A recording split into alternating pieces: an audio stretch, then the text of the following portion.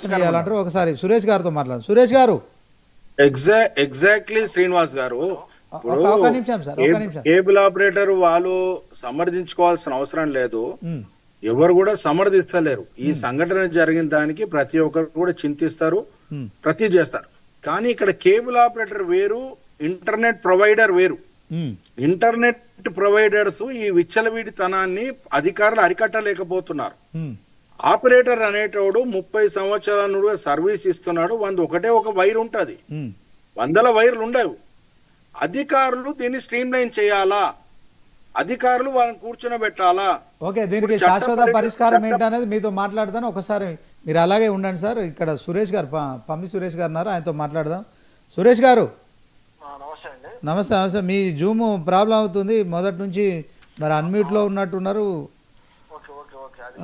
చెప్పండి సార్, ఇప్పుడు ఫోన్లో అయినా చెప్పండి, వాస్తవానికి ఏం జరిగింది. దీన్ని మీ దారి హక్కు కావచ్చు, రైట్ ఆఫ్ వే కావచ్చు, మరి ప్రభుత్వం అయితే కఠిన చర్యలు తీసుకుంటుంది. మీ కేబుల్ కట్ చేసే కార్యక్రమం జరుగుతోంది హైదరాబాద్ నుంచి. మరి ఇది తెలంగాణ రాష్ట్రం అంతా వ్యాపిస్తుందా, మొత్తం దేశం అంతా విస్తరిస్తుందా? ఈ నేపథ్యంలో ఈ పరిశ్రమ మీద ఎంతమంది ఎట్లా జీవనోపాధి ఉంది, మరి ఆ జీవనోపాధి విషయంలో కావచ్చు, ప్రభుత్వం రేపు పొద్దున మరి 5 చనిపోయారు, ఎవరిని బాధ్యులు చేస్తారు? దీంట్లో వాస్తవం ఏంటి, తప్పెవరు చెప్పండి. ఇక్కడ వాస్తవాలు గమనిస్తే ఆ ఇష్యూకి మొత్తం కేబుల్ ఆపరేటర్ ని బాధ్యత చేస్తున్నారు. వాస్తవంగా ఆప్టికల్ వైర్ లో కరెంటు ప్రవహించదు. కామన్ గా ఆల్రెడీ ఆర్ఎఫ్ టెక్నాలజీ ఎప్పుడో పోయింది. ఎప్పుడైతే డిస్టిలేషన్ వచ్చిందో ప్రతిదీ కూడా ఆప్టికల్ ద్వారానే ఇంటింటికి సర్వీస్ ఇస్తున్నారు. ఈ హైదరాబాద్ సిటీలో టోటల్ ఆప్టికలే అవుతుంది. ఇక్కడ జరుగుతున్నది ఏంటంటే, ప్రభుత్వం ఏదైతే ఈ విగ్రహాల ఊరేగింపులు ఉన్నాయో ఆ విగ్రహాల ఎత్తు మీద దృష్టి పెట్టట్లేదు.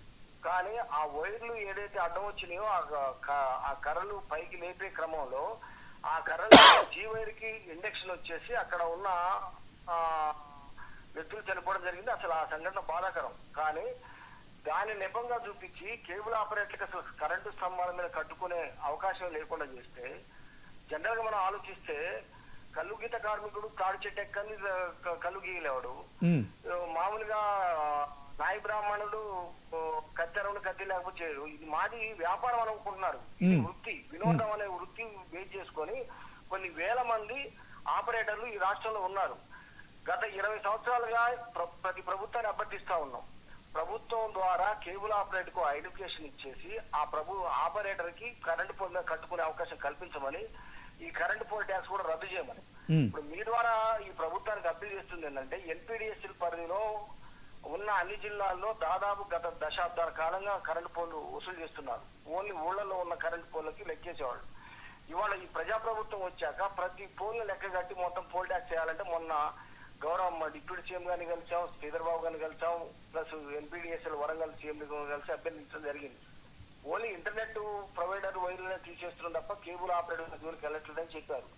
కానీ ఇవాళ ఈ హైదరాబాద్ సంఘటన బూచిగా చూపించుకొని ఇవాళ మండల హెడ్ క్వార్టర్లు కానీ జిల్లా హెడ్ క్వార్టర్లు మొత్తం వైర్లు మొత్తం కట్ చేయమని కరెంటు ఆఫీసర్కి మౌఖిక ఆదేశాలు ఇచ్చారు. ఇవాళ కరెంటు అధికారులు ఏం చేస్తున్నారు, వైర్లు మొత్తం కట్ చేసి ఆ ఫోటోలు తీసి వాళ్ళ పై అధికారులకు ఫోటోలు పెడుతున్నారు. దీని ద్వారా మొత్తం టోటల్ వినోదం అనేది మొత్తం కేబుల్ ఆపరేటర్ మొత్తం కూడా రోడ్డు పడే పరిస్థితికి వచ్చింది. దయచేసి ఇంకో పక్క శ్రీనివాస్ గారు, ఇంకో పక్క గత ప్రభుత్వంలోనే ఇప్పుడు ఏదైతే మేము కేటీఆర్ గారు ఐటీ మినిస్టర్ గా ఉన్నప్పుడు ఈ టీ ఫైబర్ అనేది ఏదైతే ఉందో, ఆ టీ ఫైబర్ ఆంధ్రప్రదేశ్ ప్రభుత్వం లాగానే ఏపీ ఫైబర్ మాదిరిగానే కేబుల్ ఆపరేటర్ భాగస్వామ్యం చేసుకొని నడపాలనే దాని మీద ఉంటే గత ప్రభుత్వం కూడా సూత్రప్రాయంగా అంగీకరించింది. ఆ 2020లో మీకు కూడా జీవో పెట్టాను, మీరు వాట్సాప్ లో చూడండి. ఆ జీవోలో 2020లోనే టీ ఫైబర్ లో ఎవరైతే పార్ట్నర్ ఉంటారో వాళ్ళకి పోల్ ట్యాక్స్ ఉండదని చెప్పేసి స్పష్టంగా జీవో ఇచ్చారు. ఇవాళ గౌరవ మంత్రి శ్రీధర్ బాబు గారు కేబుల్ ఆపరేటర్లు భాగస్వామ్యం చేస్తామని అనౌన్స్ చేయటం, కేబుల్ ఆపరేటర్లు అందరూ రిజిస్టర్ చేసుకోమంటాం. మా ఆపరేటర్లు అందరూ కూడా రిజిస్ట్రేషన్ ప్రక్రియ నడుస్తా ఉంది. ఈ నెలాఖరు దాకా రిజిస్ట్రేషన్ ప్రక్రియ ఇచ్చారు, నడుస్తా ఉంది. అంటే ఒక పక్కన టీ ఫైబర్ ద్వారా ఇంటింటికి ఇంటర్నెట్ ఇవ్వాలని ప్రభుత్వం చెప్తా ఉంది. ఒక పక్కన సెంట్రల్ గవర్నమెంట్, రాష్ట్ర ప్రభుత్వం ఏది ప్రతి ఇంటికి ఇంటర్నెట్ ఉండాలని, దాన్ని బేస్ చేసుకోవాలంటే వైర్లు కట్టాలి. కానీ హైదరాబాద్ లో ఉన్న సంఘటన ఆసరా చేసుకొని మొత్తం టోటల్ రాష్ట్ర వ్యాప్తంగా ఉన్న కేబుల్ ఆపరేటర్ వైర్లు మొత్తం తీసేయడం ఎంతవరకు కరెక్ట్? ఇది రెండోది, ఆ సంఘటన ఓన్లీ ఒక కేబుల్ ఆపరేటర్దేనా? అక్కడ ఉన్న అధికారులది కాదా? ఉమ్, అక్కడ ఉన్న చిన్న గొంతులో అంతంత పెద్ద పెద్ద విగ్రహాలకు అనుమతించిన అధికారులది కాదా? ఉమ్, అక్కడ ఉన్న నేపథ్యం ఏంది, సంఘటన ఏది జరిగింది, దాని కేబుల్ ఆపరేటర్ ఎట్లా బాధ్యత వహించాలా? ఉమ్, అదే ఒకటి అది ఆప్టికల్ వైరు, ఉమ్, దాన్ని ఒక సోషల్ మీడియాలో కేబుల్ వైర్ అంటే అది టెలిఫోన్ వైర్ కావచ్చు, బిఎస్ఎల్ వైర్ కావచ్చు, జియో వాడి కావచ్చు, ఎయిర్టెల్ వైర్ అన్ని కావచ్చు. కానీ దానికి కేబుల్ ఆపరేటర్ అనేవాడే బాధ్యులు చెప్పేసి ప్రతి ఒక్కరికి కేబుల్ ఆపరేటర్ అంటే ఆ బాధ్యులు చేయడం ఎంతవరకు కరెక్ట్? ఒక కేబుల్ వృత్తి ద్వారా దాదాపు కొన్ని వేల మందికి ఉపాధి ఇస్తుందండి ఈ రంగం. కానీ ఉపాధి నిలబెట్టాల్సిన బాధ్యత ప్రభుత్వాన్ని కదా. గౌరవ డిప్యూటీ సీఎం బట్టి విక్రమార్క గారు కూడా ఇది ఒక రాంగ్ ఇన్ఫర్మేషన్ వెళ్తా ఉంది. కేబుల్ వైర్లు అంటే దానికి ఏం చేయాలా?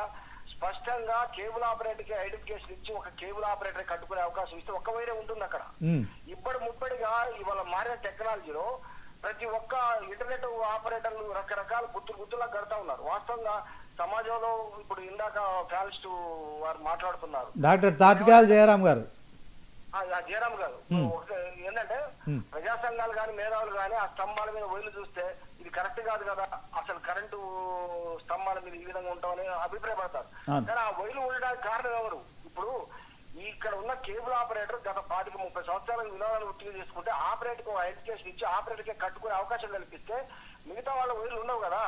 మిగతా వాళ్ళు కావాలంటే వేరే స్తంభాలు తీసుకునేవాళ్ళు కదా. ఇప్పుడు జియో వాళ్ళు వేరే స్తంభాలు తీసుకునేవాళ్ళు లాగా లేదు, యూనివర్సల్ గా మీరు ఒక కేబుల్ వేసుకొని దాన్నే వాడుకున్నారంటే అదొక ప్లాట్ఫామ్ కిందకి వచ్చేది కదా. లేదు, ఒక 15 రోజుల్లో మీరు నిర్దిష్టంగా ఈ పద్ధతిలో ఉండాలి వైర్లు, లేకపోతే మీరు రిమూవ్ చేస్తామంటే పర్లేదు.